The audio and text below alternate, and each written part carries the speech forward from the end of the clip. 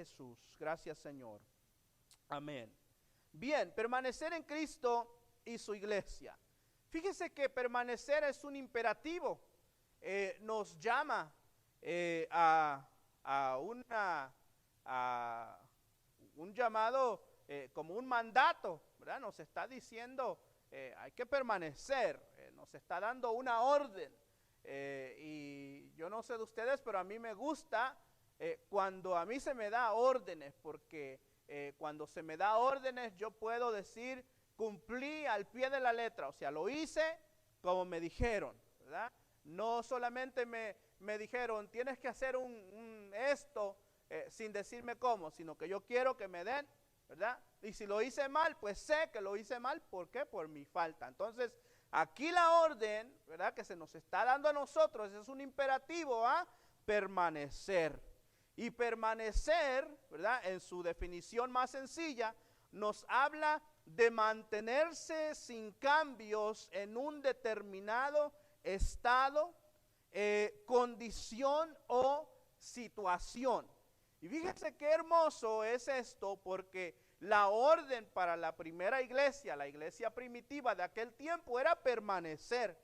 Y esa orden es continua hasta nosotros este tiempo, donde la Biblia continúa diciendo permanecer, ¿verdad? Por eso es que es mantenerse sin cambios en un determinado estado. O sea que la iglesia, ¿verdad? La iglesia, a pesar de que ha sucedido algunos cambios, ¿verdad? O quizás algunos procesos son diferentes en este tiempo, pero la esencia de la iglesia es lo mismo y el evangelio sigue siendo lo mismo. Y claro, nuestro Dios sigue siendo el mismo. Dios no cambia, ¿verdad? Los que cambiamos podemos ser nosotros, pero el Señor nos llama a nosotros a permanecer en un determinado estado, condición o posiblemente aún situación. Y cuando hablamos de iglesia podemos hacer referencia, ¿verdad?, a lo que nos dice el apóstol Pablo en Primera de Corintios, el capítulo 1 y el versículo 2, cuando dice a la iglesia de Dios que está en Corinto, a los santificados en Cristo Jesús. Fíjese cómo es que de cierta manera el apóstol Pablo identifica a la iglesia. Estoy leyendo Primera de Corintios 1, versículo 2. Los santificados en Cristo Jesús, ¿verdad? Está definiendo a la iglesia como gente que ha sido santificada en Cristo, llamados a ser santos con todos los que en cualquier lugar invocan el nombre de nuestro Señor Jesucristo, Señor de ellos y nuestros. Nos dice que el Señor es el que nos ha santificado, o sea que nos hace santos en cualquier lugar donde se invoque su nombre. Y no solamente somos santificados y hechos santos por el Señor, sino que Él es nuestro Señor, ¿verdad? Una definición sencilla de lo que podría ser la iglesia. El Señor es nuestro Señor, fuimos llamados, fuimos redimidos, somos santificados. Y entonces ahora le servimos única y exclusivamente a Él. Entonces la iglesia, ya en su contexto general, vamos a darnos cuenta que es aquella o aquel grupo de personas o aquella persona que se fundamenta en Cristo y en sus enseñanzas, y tendríamos que añadirle ahí la palabra fielmente, ¿ok? Se fundamenta en Cristo, sus enseñanzas fielmente, porque tristemente en este tiempo hay muchas personas que se fundamentan en Cristo y sus enseñanzas, pero de su manera. Entonces debemos de aclarar que es de la forma fiel, de la forma más correcta. Y fíjese lo que nos dice nuestro expositor en la afirmación fundamental. Nos dice: la fidelidad de Dios para cada creyente debe ser correspondida de manera que la iglesia pueda representar a Cristo efectivamente. Y hoy vamos a ver un poco de cómo es que representamos a Cristo efectivamente. O sea que aquel cristiano, aquel creyente que le es fiel al Señor, tiene la habilidad y la capacidad de representar fielmente al Señor en esta tierra. Por eso es que el Señor nos hizo a nosotros representantes de Él, nos ha hecho como heraldos para esta tierra, ¿verdad? Para que representemos al Señor y su reino en este mundo. Entonces, en esta clase, fíjese que se nos va a hacer un llamado, o se nos hace, mejor dicho, 3 exhortaciones muy importantes. 3 exhortaciones a permanecer. Primero, vamos a ver que se nos hace la exhortación a permanecer en el amor. Se nos hace también la exhortación a permanecer en el mensaje del Evangelio, y se nos hace la exhortación a permanecer en Jesucristo, ¿verdad? En Jesucristo. Y vamos a empezar con la primera exhortación. La primera exhortación nos hace el llamado a permanecer en el amor. Y qué importante es el amor para nosotros y para Dios. El Señor, siendo Dios, dice el apóstol Pablo que el Señor Jesucristo, estoy parafraseando, siendo en forma de Dios y como Dios, no estimó ser al igual a Dios, ¿verdad? Y que se entregó a sí mismo tomando forma de siervo, ¿verdad? Dando su vida en rescate por cada uno de nosotros. Y eso, ¿verdad? El apóstol Juan, en Juan 3:16, nos dice que todo eso fue porque de tal manera amó Dios al mundo. Quiere decir que el amor es muy importante en esto de el cristianismo y de permanecer, ¿verdad? De hecho, podríamos decir que el amor es un factor tan importante que si no hay amor, pues quizás no hay mucho camino más hacia adelante, ¿verdad? Y vamos a ver ahora mismo qué es lo que sucede sin el amor. La prueba entonces de un evangelio puro y verdadero es el amor. ¿Por qué digo esto? Digo esto porque el apóstol Pablo, en el capítulo 13 de Primera de Corintios, los versículos 1 al versículo 3, fíjese la declaración que hace el apóstol Pablo acerca del amor, aunque la mayoría de nosotros conocemos estos versículos. Pero él me dice, si yo hablase lenguas humanas y angélicas y no tengo amor, vengo a ser como metal que resuena o címbalo que retiñe. Está hablándole a un grupo de personas que hablaban lenguas, ¿verdad? Esas lenguas que se pueden interpretar, y aún lenguas angelicales, ¿verdad? Las cuales a veces no se encuentra una interpretación o alguien que las interprete. Y él dice, aunque yo hablase lenguas y no tengo amor, dice, mis palabras y mis lenguas vienen a ser como metal que resuena o címbalo que retiñe. O sea, puede ser que lo que yo digo solamente sea ruido, o lo que yo hago es ruido. El versículo 2, el apóstol Pablo nos dice, y si tuviese profecía y entendiese todos los misterios y toda ciencia, y si tuviese toda la fe de tal manera que trasladase los montes y no tengo amor, nada soy. Como que subió a otro escalón y dice, yo puedo tener un ministerio poderosísimo. Yo puedo sanar enfermos, yo puedo tener todo el conocimiento bíblico, yo puedo, tener muchas cosas, ser el hombre o la mujer más espiritual que hay, pero nos dice al final, si yo no tengo amor, no soy nada, nada soy. Fíjese qué importante, la importancia del amor en este aspecto. Y lo lleva todavía un poco más profundo el apóstol Pablo en el versículo 3 cuando dice, si repartiese todos mis bienes para dar de comer a los pobres, y si entregase mi cuerpo para ser quemado y no tengo amor, de nada me sirve. Él llega al extremo de decir, aunque yo diere mi vida por alguien, o si pusiese mi cuerpo en el lugar del otro, pero lo hago sin la razón correcta, que la razón correcta vendría siendo el amor, de nada me va a servir aún morir si no lo hice por amor. Entonces, como que nos eleva, ¿verdad? Y nos lleva a hacer del amor una clave, una pauta muy importante dentro de nuestra vida cristiana. Dentro de cada uno de nosotros debe de haber un amor tan profundo y tan grande, ¿verdad? Que todo lo que hagamos, todo lo que digamos, todo lo que ejecutemos se debe de hacer en amor, en amor. Está difícil esto no está fácil, ¿verdad? Porque amar a tus seres queridos es muy fácil, pero amar a alguien que posiblemente no te ama para atrás, no va a ser muy fácil, ¿verdad? Pero la escritura aquí nos está llamando a el amor.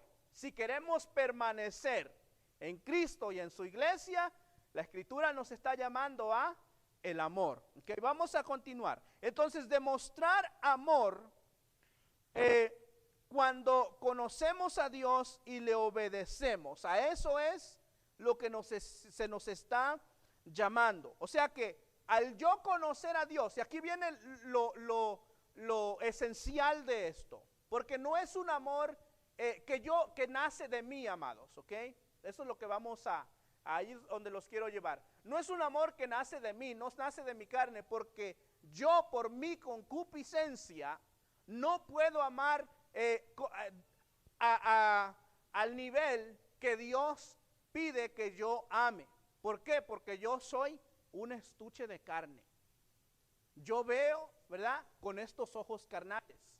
Yo oigo con estos oídos carnales. Aún yo hablo con una boca que es carnal. Pero ¿qué sucede? Que cuando permitimos que el amor de Dios, o sea, cuando conocemos a Dios, Dios tiene esa misericordia, esa gracia sobre nosotros, que pone dentro de nosotros un amor que aun cuando alguien me odie, yo puedo decir, yo te amo.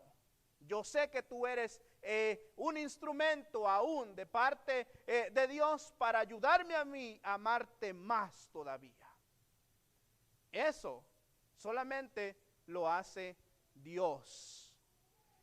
Me recuerda la historia, en estos momentos me recuerda el relato de el momento cuando la hija del evangelista Gigi Ávila fue asesinada. Yo no sé si ustedes saben esa historia, ¿verdad? Eso fue algo real. Su esposo, ¿verdad? Hizo algo horrible con esa hermana. Y Gigi Ávila va a la cárcel, ¿verdad? Y perdona a este hombre. Y llora por él. Y le pide a Dios que lo salve. Teniendo frente a él al hombre que básicamente le quitó parte de su corazón, ¿verdad? Hablando en el sentido carnal, ¿verdad? Le robó, lo privó a él de ese amor de padre para una de sus hijas, y él va y ama, ¿verdad? Ama a ese hombre y le pide a Dios que aún lo salve. Y eso, amado, eso solamente lo hace Dios. Eso solamente lo puede hacer alguien que tiene verdaderamente el Espíritu Santo y se ha, ¿verdad? Envuelto, se ha remojado en esas aguas del Espíritu para poder tener esa acción, ¿verdad? Ese hecho. Y eso se demuestra cuando conocemos a Dios y le obedecemos. Y fíjese que la comunidad cristiana se fundamenta en el amor. Cuando nosotros vamos al libro de Hechos, nos vamos a dar cuenta que todo lo que se hacía por amor. La gente vendía sus bienes, repartían el pan, se ayudaban los unos a los otros. ¿Y era por qué? Por amor, ¿verdad? Por amor. El amor es un mandamiento, se nos dice acá, es un mandamiento viejo o antiguo. Y acá el apóstol Juan nos dice, os doy un nuevo mandamiento. No es que el apóstol Juan, ¿verdad?, nos dé un nuevo mandamiento, sino que vamos a ver que lo que el apóstol Juan quiere que entendamos es que las cosas se fundamentan en amor. Aunque ya Dios había dicho en el Antiguo Testamento, amarás a Jehová tu Dios con todo tu corazón, tu mente, con todo lo que tienes, y también dice que amarás a tu prójimo, a veces parece que la tendencia era solamente amar porque la ley lo decía, ¿verdad? ¿Cómo amar? Porque la ley lo decía. Amar en apariencia, ¿verdad? Yo saludo a la persona porque tengo que amarlo, entonces lo saludo, aunque por dentro ya en mi corazón haya asesinado a esas personas, lo estoy amando, ¿verdad? Me resigno a mirar a esa persona, pero el apóstol Juan ahora nos dice, no, que tu amor sea genuino, que tu amor sea verdadero, que lo que hagas por afuera sea lo mismo que haces por adentro, ¿verdad? Entonces nos da este nuevo mandamiento, o sea, es una nueva esencia, ¿verdad? Y vemos cómo él se pone, cómo es que Juan usa a Jesucristo, ¿verdad? Como el ejemplo de cómo es ese verdadero amor. Y hablando de eso, también podemos hacer referencia a lo que nos dice el apóstol Pedro. Fíjese que el apóstol Pedro también en primera de Pedro capítulo 4 y versículo 8 nos hace un llamado muy importante a lo que es el amor. Él nos dice, ante todo, tener entre vosotros ferviente amor, porque el amor cubrirá multitud de pecados, ¿verdad? Entonces, cuando alguien me hiere, cuando alguien me lastima, cuando alguien, ¿verdad?, viene en contra de mí quizás para hacerme daño, claramente esa persona está cometiendo un pecado, ¿verdad? Es un delito delante de Dios. Pero como yo tengo amor, ¿verdad? Como buen cristiano o cristiana, tenemos amor, ¿verdad? Yo puedo decir, no importa lo que me hayan dicho, hecho, lo que me hayan causado, yo le amo en el amor del Señor y no le voy a desear ningún mal a esta persona. No quiero repetir muchas veces que esto no es fácil, pero sí, hermanos, no es fácil a veces, ¿verdad? Y yo lo digo desde aquí siendo bien honesto con ustedes porque no es fácil a veces, ¿verdad? Especialmente con esas personas que no conocen al Señor, que no aman al Señor, con las cuales tenemos que lidiar continuamente, a veces en el trabajo, en la escuela, aún propios familiares nuestros que a veces nos sacan de quicio, ¿verdad? Tenemos que decir, yo te amo en el amor del Señor y no te quiero, ¿verdad? Causar ningún, no te quiero desear ni causarte ningún daño, porque yo te debo de amar y yo te amo, y que ese amor sea un amor genuino. Entonces el amor, cuando hay amor, es más fácil tener ojos de misericordia que tener ojos de juicio, ¿verdad? Y aún en amor, dentro del amor, a veces, como yo amo a alguien, yo tengo que tomar la decisión aún de corregir a esa persona también. No hay que confundir el amor con que solamente es todo esto bonito. Hay veces donde el amor nos lleva a tener que corregir situaciones, a tener que hablarle fuerte a alguien, posiblemente. Les voy a compartir esto. En mi vida personal, hace como 2 semanas, yo tuve que confrontar a un miembro de mi familia, ¿verdad? Que es creyente, que es cristiano, que sirve al Señor, que es líder en su iglesia, pero cometió una falta, ¿verdad? Y aunque a mí me duele, pero porque yo sé que primero que nada eso no está correcto delante de Dios, y como yo amo a esa persona y no quiero que esté mal delante de Dios, yo tuve que ir, presentarme delante de esa persona y decirle: lo que estás haciendo está mal, no debes hacer lo que estás haciendo, has cometido una falta, no solamente no se ve bien, nos haces mirar mal a toda la familia, ¿verdad? Y no solamente eso, llegas al grado donde estás mal delante de Dios. Y no me estoy poniendo yo como ejemplo de que, mira qué grande el hermano Gabriel, mira cómo ama. No, simplemente le estoy diciendo que a veces, aún dentro del amor, se tienen que tomar decisiones drásticas y fuertes. ¿Por qué? Porque hay amor, porque amamos a esas personas y queremos que se salven, queremos que salgan del error, queremos que no continúen ahí. Entonces, en amor tenemos que accionar, ¿verdad? Y eso caracteriza al pueblo de Dios. Y fíjese que la falta de amor también pone,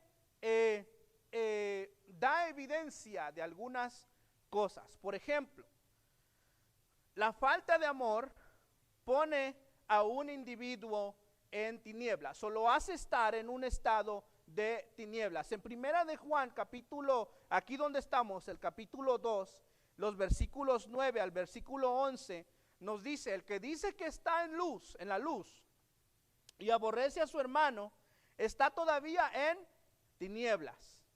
El que ama a su hermano permanece en la luz, y en él no hay tropiezo. Pero el que aborrece a su hermano está en tinieblas, y anda en tinieblas y no sabe a dónde va, porque las tinieblas le han cegado los ojos. Quiere decir que el amor es muy importante si queremos estar en la luz. ¿Quién es la luz? Cristo, es Jesús, ¿verdad? La luz es Jesús. Entonces, queremos estar en la luz, debemos de ser amorosos, debemos de amar. Y también, quizás ustedes sepan, ¿verdad?, que el apóstol Juan lo califican como el apóstol del amor. Y fíjese que también en el capítulo 3, el versículo 10, dice: en esto se manifiestan los hijos de Dios y los hijos del diablo. Ahora, note esto muy interesante, porque en el capítulo 2, versículo 9 al 11, él básicamente dice: el que está en luz o el que está en tinieblas, depende del amor, ¿verdad? Si no tiene amor, obviamente está en tinieblas. Si tiene amor, está en la luz. Pero acá en este versículo él nos lleva a otro, podríamos decir a otro nivel, ¿verdad? Sube el estándar y dice: en esto se manifiestan los hijos de Dios y los hijos del diablo. Ahora, aquí ya se pone difícil la situación, porque aquí ya está diciendo, por un lado están los de Dios y por otro están los del diablo. Y nos dice, todo aquel que no hace justicia y que no ama a su hermano no es de Dios. Aquí sí es un ayúdanos, Señor, ¿verdad?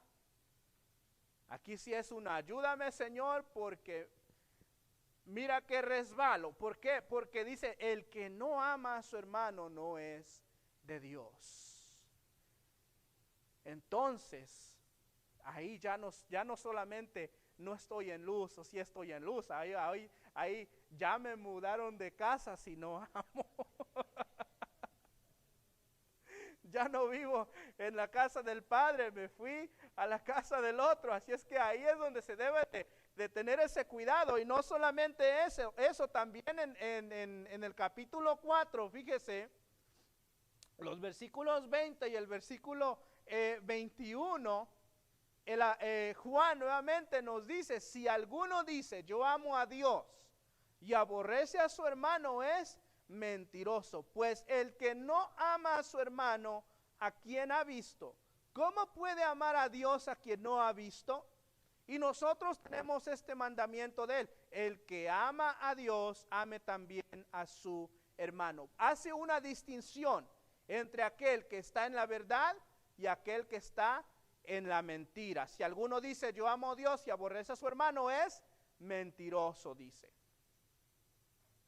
Entonces el amor nos lleva a la verdad. O sea, si amamos, tenemos la verdad en nuestros corazones. ¿Por qué? Porque ese amor viene de Dios, ¿verdad? Y entonces es Dios el que habita en nosotros. Y claramente, como tenemos a Dios, sabemos que estamos en la verdad, sabemos que somos hijos de Dios y sabemos que estamos en la luz.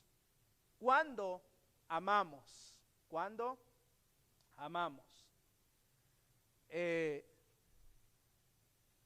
Y es un llamado, ¿verdad? Es una orden a permanecer. O sea que si queremos permanecer en Cristo y en su iglesia, una de las pautas que nos está dando aquí Juan es, primero, ame. ¿Verdad? Y ya de ahí, ¿verdad? Vamos a, quizás más adelante podamos cubrir ese aspecto de que ame a Dios, ¿verdad? Primeramente, y a su prójimo como a sí mismo. Obviamente el que ama a Dios, ¿verdad? El amor del Padre está en él y no tiene ningún problema amando a todos los demás, ¿verdad? Pero creo que eso va a venir más adelante. Bueno, también para poder permanecer en Cristo y en su iglesia, se nos hace una advertencia, ¿verdad? Y aquí, después de hablarnos bonito del amor, el apóstol Juan, ¿verdad? Y tratar de convencernos, ¿verdad? De que es mejor estar en el amor, lo cual sí lo es. El apóstol Juan nos hace una advertencia contra los que han abandonado la comunidad. Contra los que han abandonado la comunidad o los que han abandonado la iglesia. Y ahora esto es muy importante, ¿por qué? Porque ahí vamos a ver claramente se refleja lo que no es amor genuino o amor verdadero en aquellos que se han apartado, y no solamente no solamente lo llevamos al nivel del amor, sino que ahora lo llevamos en aquellos que no conocieron verdaderamente a Dios, ¿verdad? Y hay una advertencia, un cuidado contra los que han abandonado la comunidad. Y hace hincapié en la palabra conocer. El conocer a Dios se hace entonces visible, ¿verdad? En la madurez de este cristiano, ¿ok? Lo voy a repetir. El conocer a Dios se hace visible en la madurez del cristiano. Podemos saber mucha Biblia, podemos, como decía el apóstol Pablo, hablar muchas lenguas, tener muchos dones, ¿verdad? Mover el cielo, las estrellas, la luna, pero lo importante aquí es el conocimiento de Dios, y ese conocimiento de Dios nos va a llevar a ese amor del cual estábamos hablando, y ese conocimiento de Dios nos va a llevar a una madurez. Juan le escribe a la iglesia en general, pero nos vamos a dar cuenta que Juan denota tres grupos de personas, ¿verdad? Tres grupos de personas dentro de la iglesia. Y él dice así: os escribo a vosotros, hijitos, porque vuestros pecados os han sido perdonados por su nombre. Cuando usa la frase hijitos, está hablando de todos aquellos que se han convertido, que se han hecho hijos de Dios, porque no claramente nos habla de todos que porque vuestros pecados os han sido perdonados por su nombre. ¿Por el nombre de quién? De Jesucristo. Entonces, cuando recibimos esa salvación, somos llamados hijos de Dios, y él dice: os escribo a vosotros, hijitos, ¿verdad? Una forma cariñosa posiblemente de decirlo. Pero después, en el versículo 13, él nos dice: os escribo a vosotros, padres, porque conocéis al que es desde el principio. Y ya en el aspecto de padres, el apóstol Juan nos está tratando de decir, ¿verdad?, que le está hablando a un grupo de personas que son maduras, que tienen un conocimiento de Dios, que tienen experiencias con Dios, que aman genuinamente, que conocen a Dios, que tienen la capacidad de dirigir a otros al conocimiento de Dios. Es un sentido de la madurez espiritual. Después nos dice: os escribo a vosotros, jóvenes, porque habéis vencido al maligno. Y ya en el aspecto de jóvenes, ¿verdad?, aunque podríamos decirlo también de la juventud, Pero podemos decir que en el sentido de jóvenes, está hablándole a ese grupo de personas dentro de la iglesia que están creciendo, que ya pasaron los primeros pasos o sus primeros años en el evangelio, que ya son personas que el evangelio está creciendo dentro de ellos, que son personas que ya están madurando continuamente, que ya se está viendo dentro de ellos un fruto del Espíritu, ¿verdad? O el fruto del Espíritu, ya hay razonamiento espiritual, ¿verdad? Ya empiezan a ver las cosas y a comprenderla, escudriñan la escritura y ya tienen una idea, un sentido de lo que está sucediendo en estas porciones. O sea que son personas que ya sobrevivieron a lo que se le conoce como la prueba del tiempo, básicamente. ¿Okay? La prueba del tiempo. La prueba del tiempo pueden ser 5 años, pueden ser 10 años, pueden ser aún 15 años posiblemente, ¿verdad? Porque durante el tiempo demostraron que pudieron o pueden resistir, ¿verdad? Ante la presión y a la tentación de este mundo. Y también le escribe a otro grupo de personas, dice, os escribo a vosotros hijitos, porque habéis conocido al Padre. Ya en este sentido, ¿verdad?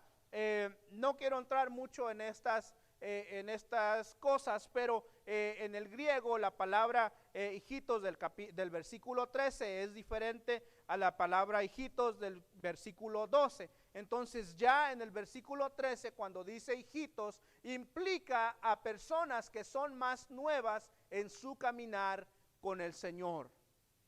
Personas que posiblemente apenas comenzaron a vivir la vida cristiana, personas que posiblemente apenas tuvieron una experiencia con el Señor, pero sí les dice y les recuerda que habéis conocido al Padre. De cualquier manera, en cualquier área o en cualquier posición que nosotros estemos, ¿verdad? O donde nos sintamos, posiblemente nos sintamos en el aspecto de padres, quizás en el aspecto de jóvenes, quizás aún en hijitos, o sea, entre los más niños, entre los más jóvenes. Para todos, ¿verdad? El apóstol Juan tiene y nos da unas palabras de aliento y de motivación. ¿Por qué? Porque Él nos quiere alentar, porque más adelante viene una advertencia muy importante. ¿Qué es lo que nos dice? Nos habla de no amar al mundo ni las cosas que están en el mundo. Y esta es una advertencia y exhortación muy importante. Creo que estaba yo tocando algunos de estos versículos en el retiro que tuvimos hace como 2 semanas, ¿verdad? Pero nos dice, no améis al mundo ni las cosas que están en el mundo. Si alguno ama al mundo, el amor del Padre no está en él. Y fíjese cómo nuevamente resalta el tema del amor. ¿Por qué? Porque dice, así sea que tú eres maduro espiritual, o no eres muy maduro, o aunque seas un niño espiritualmente hablando, te tengo que decir que si tú amas al mundo, el amor del Padre no está en ti.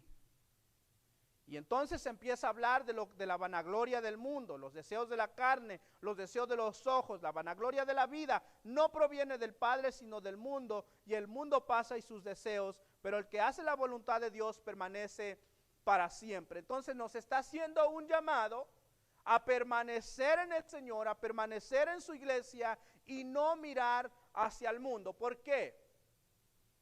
El amor del mundo parece un amor muy bueno.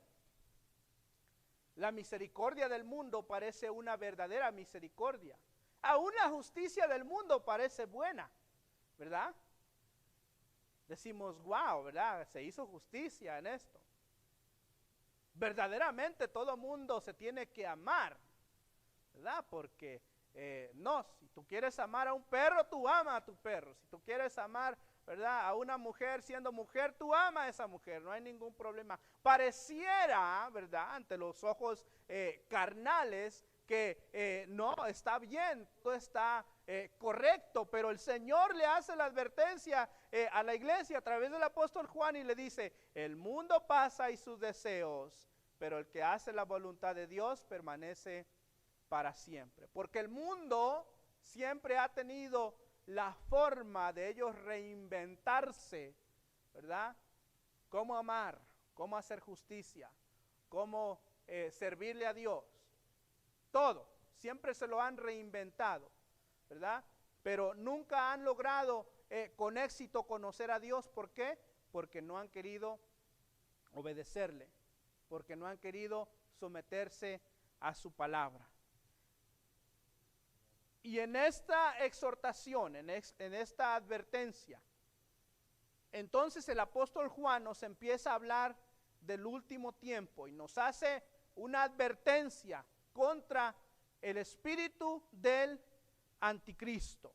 Fíjese lo que dice, capítulo 2, versículo 23. Todo aquel que niega al Hijo, tampoco tiene al Padre. El que confiesa al Hijo, tiene también al Padre. Y para negar al Hijo, no necesariamente necesitamos decirlo. Para negar al Hijo, basta con algunas acciones que nosotros tengamos o que no tengamos, para entonces así negar al Hijo. Y es muy sencillo, como seres humanos, a veces negar al Señor en nuestro estilo de vida, en nuestra forma de vivir, en lo que decimos, en cómo actuamos, en las reacciones que tenemos. Entonces, Él nos está diciendo que puede ser que todo aquel que niega al Hijo tampoco tiene al Padre. Pero quiero ir al versículo 19 también. Porque el apóstol Juan nos dice, bueno, voy al 18 y 19, perdón. Hijitos, ya es el último tiempo. Y según vosotros oísteis que el anticristo viene, así ahora han surgido muchos anticristos. Por esto conocemos que es el último tiempo. Ahora, aquí la palabra anticristo es aquel que se ha apartado del conocimiento del Señor, y no le bastó con apartarse, sino que ahora se opone también. Es lo mismo o similar a un apóstata. ¿Okay? El apostatar no es solamente negar la fe del Señor, sino que también es negar la fe, pero después de que la niega, también viene y trata de atacarla. Es similar el concepto del anticristo. Entonces, el apóstol Juan aquí nos está diciendo, después de que nos habla del amor, después de que nos habla de no amar al mundo, ¿verdad? Y no dejarnos llevar por los placeres del mundo, nos habla de que ya es este último tiempo. Y nos dice que no tenemos que esperar al anticristo, ¿verdad? El anticristo de la tribulación, del cual ya estuvimos hablando estos meses. Él está diciendo que aún dentro, y quiero ser bien enfático, que aún dentro en medio de nosotros van a salir muchos anticristos. Hermano Gabriel, ¿cómo así que van a salir muchos anticristos? La mayoría de las personas que han establecido, estudiábamos sectas, no el trimestre pasado, el antepasado, ¿verdad? El año pasado, estudiábamos sectas y vimos muchas de las sectas y de sus fundadores. Y cuando usted analiza los fundadores de las mayores sectas alrededor del mundo, la mayoría vinieron de iglesias de sana doctrina, que hablaban lenguas, que sanaban enfermos, que conocían la Biblia de Génesis hasta Apocalipsis, que tenían experiencias con Dios, gente que en un momento fueron verdaderamente iluminados por el Evangelio, pero que esa iluminación los llevó a un, bueno, no sé ni cómo ponerlo, ¿verdad? Se perdieron en algún momento, en algún punto de su vida, perdieron el rumbo, ¿verdad? Y se perdieron. Y aquí el apóstol Juan nos está diciendo, así ahora han surgido muchos anticristos. Que los que antes hablaban del Señor, los que antes predicaban del Señor, llega un momento donde el enemigo toma ventaja y los seduce y se pierden. Escuchaba el testimonio de un joven hace no mucho, y él decía, no tomó mucho, solamente tomó un segundo, me descuidé. Él dijo, me descuidé, no tomó mucho. En un segundo me descuidé y cuando menos me di cuenta, ya estaba en las calles, ya estaba en el vicio, ya estaba perdido. Entonces, nos hace esa exhortación de que como ya han surgido muchos anticristos, por eso conocemos que es el último tiempo. Y el versículo 19, ahora sí para entrar, salieron de nosotros, pero no eran de nosotros. Porque si hubiesen sido de nosotros, habrían permanecido con nosotros, pero salieron para que se manifestase que no todos son de nosotros. Mira, hermano, esto es fuerte. Ni a mí se me hace fácil leer esto. ¿Por qué? Porque está el peligro y también el cuidado dentro de cada uno de nosotros en mantenernos firmes en la fe que hemos profesado desde el principio. ¿Cuál principio? Desde que Cristo vino a nuestro corazón.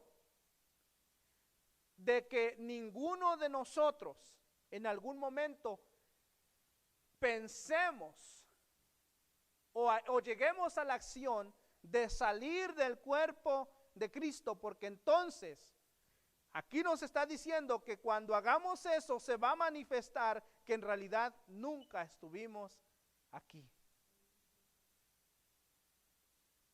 Y esto sí que retumba, ¿verdad? Toca y toca. Entonces es ese cuidado de cada uno de nosotros de mantenernos firmes en el Señor. ¿Verdad? Yo creo que aquí se podría acabar la clase, ¿verdad? Y vámonos, gloria a Dios. ¿Por qué? Porque nos está haciendo este llamado, hermanos, muy enfático. Yo quiero seguir repitiéndolo. Salieron de nosotros, pero no eran de nosotros, porque si hubiesen sido de nosotros, habrían permanecido con nosotros, pero salieron para que se manifestase que no todos son de nosotros. Y esto cumple la palabra del Señor. El Señor en una ocasión enseña y dice, el trigo y la cizaña van a crecer juntos. Pero va a llegar el momento donde, ¿verdad? Llega el tiempo de la cosecha.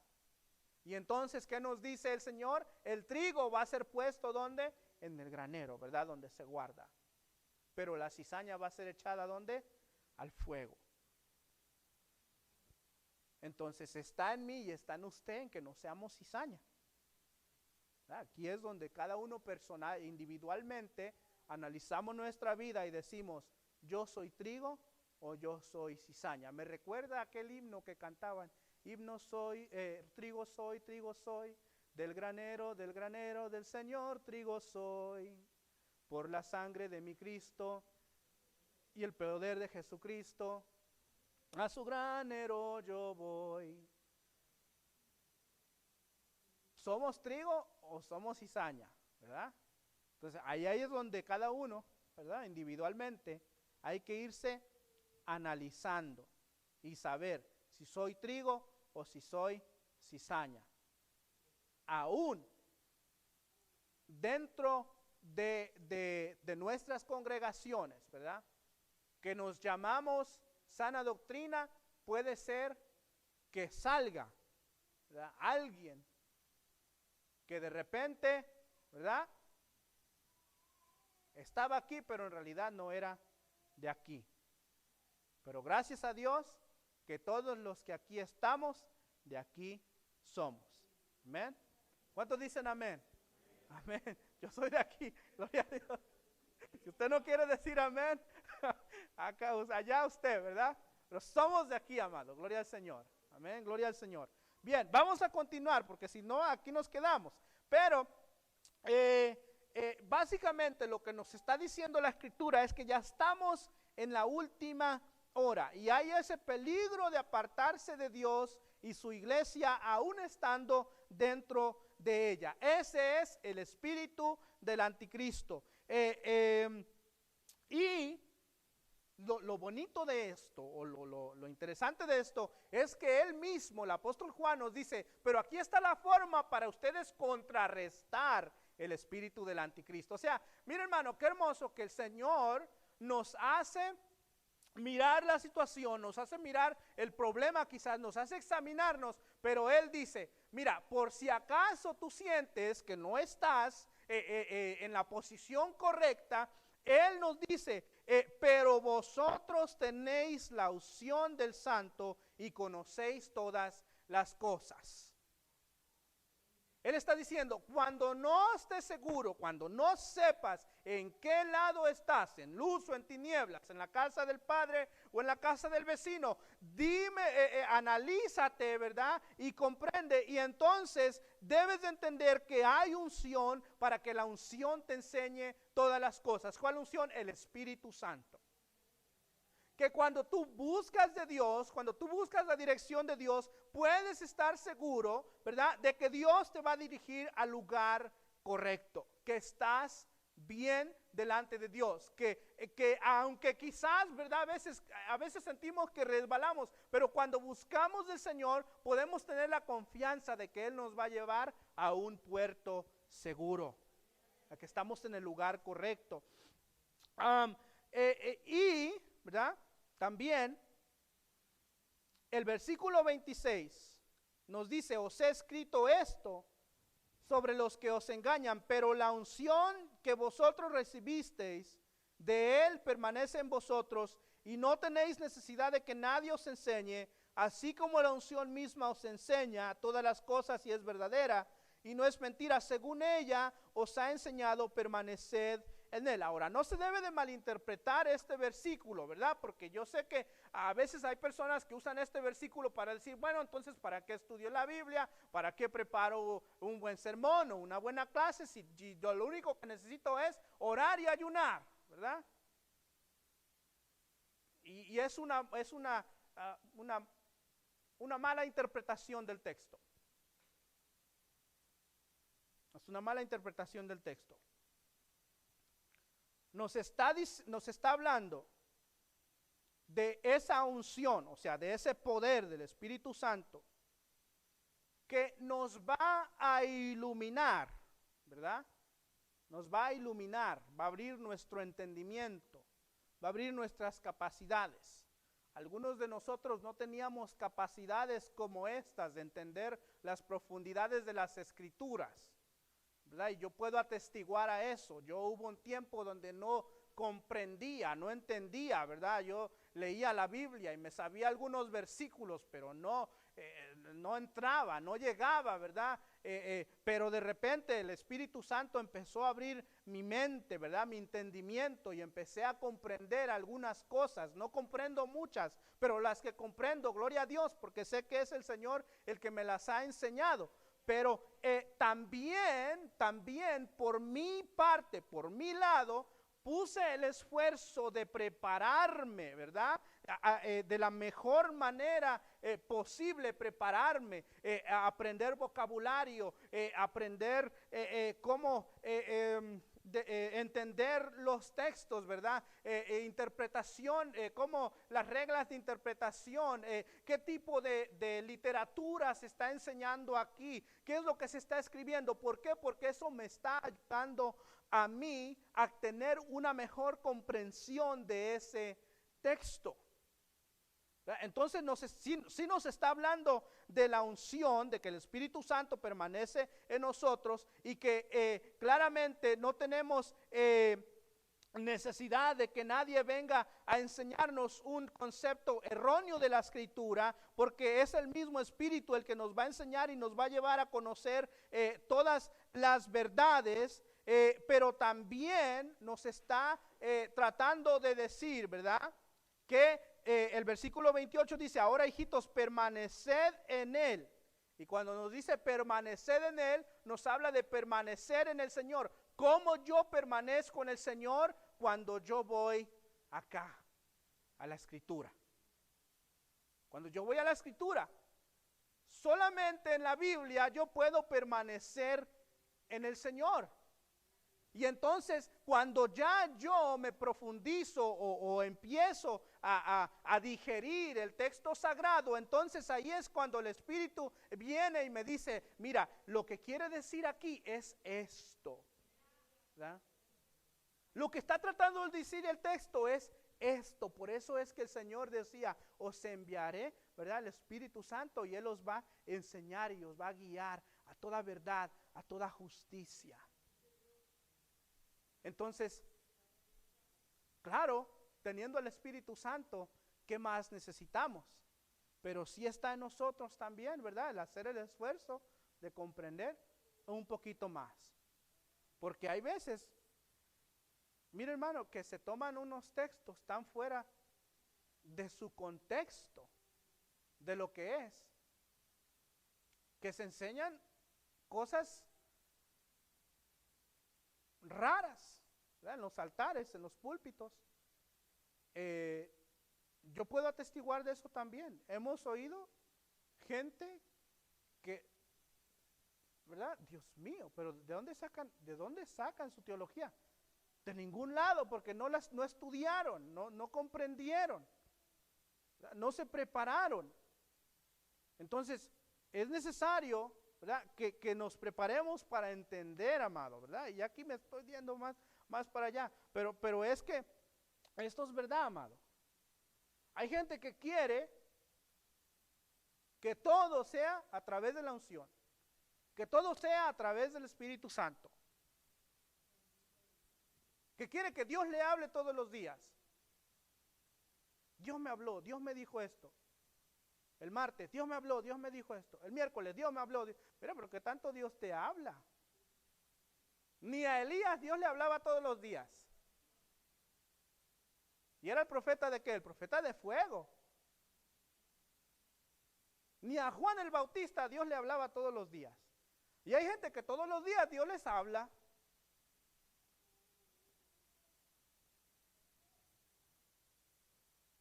Entonces, amado, no quiero poner en tela de juicio ni salirme aquí mucho del tema, pero ¿será realidad que Dios le está hablando a muchas personas en este tiempo? Porque mire, yo sigo a algunas cuantas personitas ahí en el YouTube, y esa gente todo el tiempo está diciendo, Dios me habló, Dios me habló, Dios me dijo que hoy les traiga esta palabra porque esto y esto. Y por allá sale el otro. Yo estaba hablando con el Señor y el Señor me habló, y casi todos los días Dios les habla. Pero muy rara es la vez cuando dicen, encontré en la Escritura una palabra que te va a bendecir. Encontré en la Escritura un versículo que es para nosotros en este día. ¿Por qué? Porque la mejor manera de Dios hablarnos está acá. Esta es. ¿Usted quiere que Dios le hable? Deje que Dios le hable a través de la Biblia, a través de la Escritura. El apóstol Pedro nos dice, tenemos la profecía más segura. Aquí, ¿verdad? Si usted es de los que les gusta el mover de la profecía y lo profético y todo eso, gloria a Dios, dele gloria a Dios. Pero métase en la profecía de la Biblia, ¿verdad? Busque cómo Dios le va a hablar a través de la Biblia. No ande buscando a ver quién le va a poner la mano y quién le va a decir, Dios te va a bendecir, Dios te va a prosperar, Dios aquí, Dios esto, Dios me dijo de ti esto, Dios me dijo de ti aquello. Hay que tener mucho cuidado con eso en este tiempo. Y esa es una de las razones por la cual nuestras iglesias tienen mucho cuidado en no proclamar a nadie profetas en este tiempo, ¿verdad? Porque muchos falsos profetas han venido a este mundo, ¿verdad? Y por eso se tiene ese cuidado, hermano. No es que el ministerio no esté activo, es que simplemente debemos de tener cuidado porque no sabemos, ¿verdad? No sabemos. Así es que, ¿verdad? Es esa exhortación, es ese llamado a tener cuidado con este espíritu del anticristo, porque este espíritu del anticristo lo que quiere hacer es engañar. Entonces, exhortaciones finales que nos hace el apóstol Juan ya en los últimos versículos, en los versículos ya de los que son versículos 24 al versículo 29, básicamente él va recapitulando todo lo que ya hablando y nos llama a permanecer en la doctrina del Señor, o sea, en las enseñanzas de Jesucristo. Lo que decía también el apóstol Pablo, edificado sobre el fundamento de los apóstoles y profetas, siendo la principal piedra del ángulo Jesucristo. O sea que si yo crezco en Jesucristo, si yo me fundamento en el Señor, entonces verdaderamente voy a tener un fundamento sólido y firme. Voy a tener una verdadera fe, voy a tener un verdadero credo, voy a serle fiel al Señor. Porque aquí se trata de serle fiel al Señor, amados, ¿verdad? A veces queremos quedar bien con los hermanos, queremos quedar bien con los líderes, queremos quedar bien con el pastor. No, aquí hay que serle fiel a Dios, ¿verdad? Cuando yo le soy fiel a Dios, entonces voy a quedar bien con quien sea. Y aunque no quede bien, ¿verdad? Eso Dios se encarga después, ¿verdad? Dios se encarga de lo demás, ¿verdad? Entonces, permanecer en la doctrina del Señor, permanecer en Cristo, claramente. ¿Por qué no? Permanecer en el Señor, buscando del Señor. El apóstol Pablo decía, ¿verdad? Yo prosigo a la meta, prosigo al Señor. No miro a nadie más, yo miro a Cristo. Yo quiero al Señor. Todos los días yo quiero al Señor. Nuevamente aquel himno, hoy yo quiero andar con Cristo, quiero oír su dulce voz, meditar en su palabra. ¿Cómo va?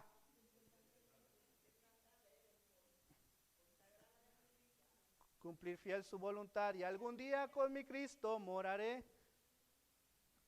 ¿verdad? Y el coro decía, oh si yo quiero andar con Cristo, hoy si yo quiero vivir con Cristo, oh si yo quiero morir con Cristo, quiero serle un testigo fiel, ¿verdad? Que todo sea Cristo, amado, que todo sea Cristo, ¿verdad?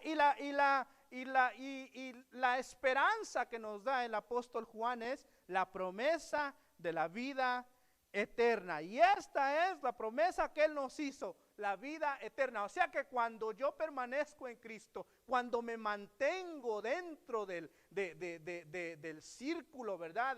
Del grupo donde Dios me ha puesto, entonces el Señor me promete a mí vida eterna. Al estar yo firme, fiel delante del Señor, el Señor me promete la vida eterna. Ahora, hijitos, permaneced en Él para que cuando se manifieste, o sea, tengamos confianza para que en su venida no nos alejemos de él avergonzados. Si sabéis que Él es justo, sabed también que todo el que hace justicia es nacido de Él.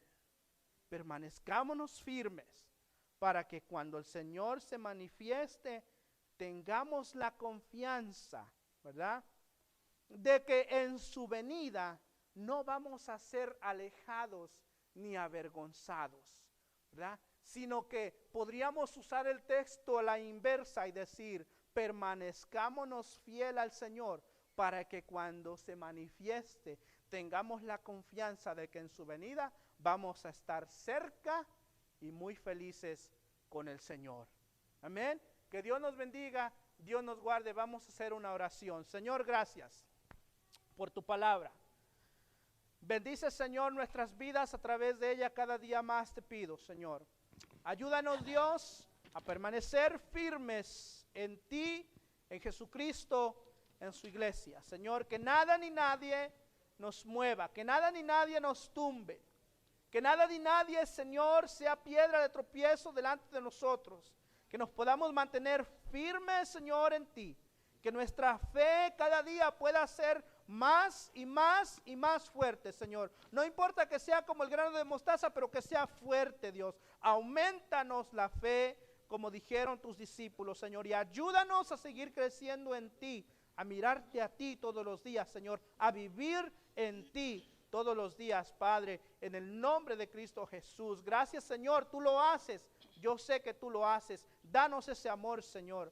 Ese amor que tú quieres que nosotros tengamos, Señor. Que nos podamos amar los unos a los otros con amor fraternal. El amor fraternal que tú has puesto en nuestros corazones. Que ese fruto del amor se reproduzca dentro de cada uno de nosotros. Y que cada día más podamos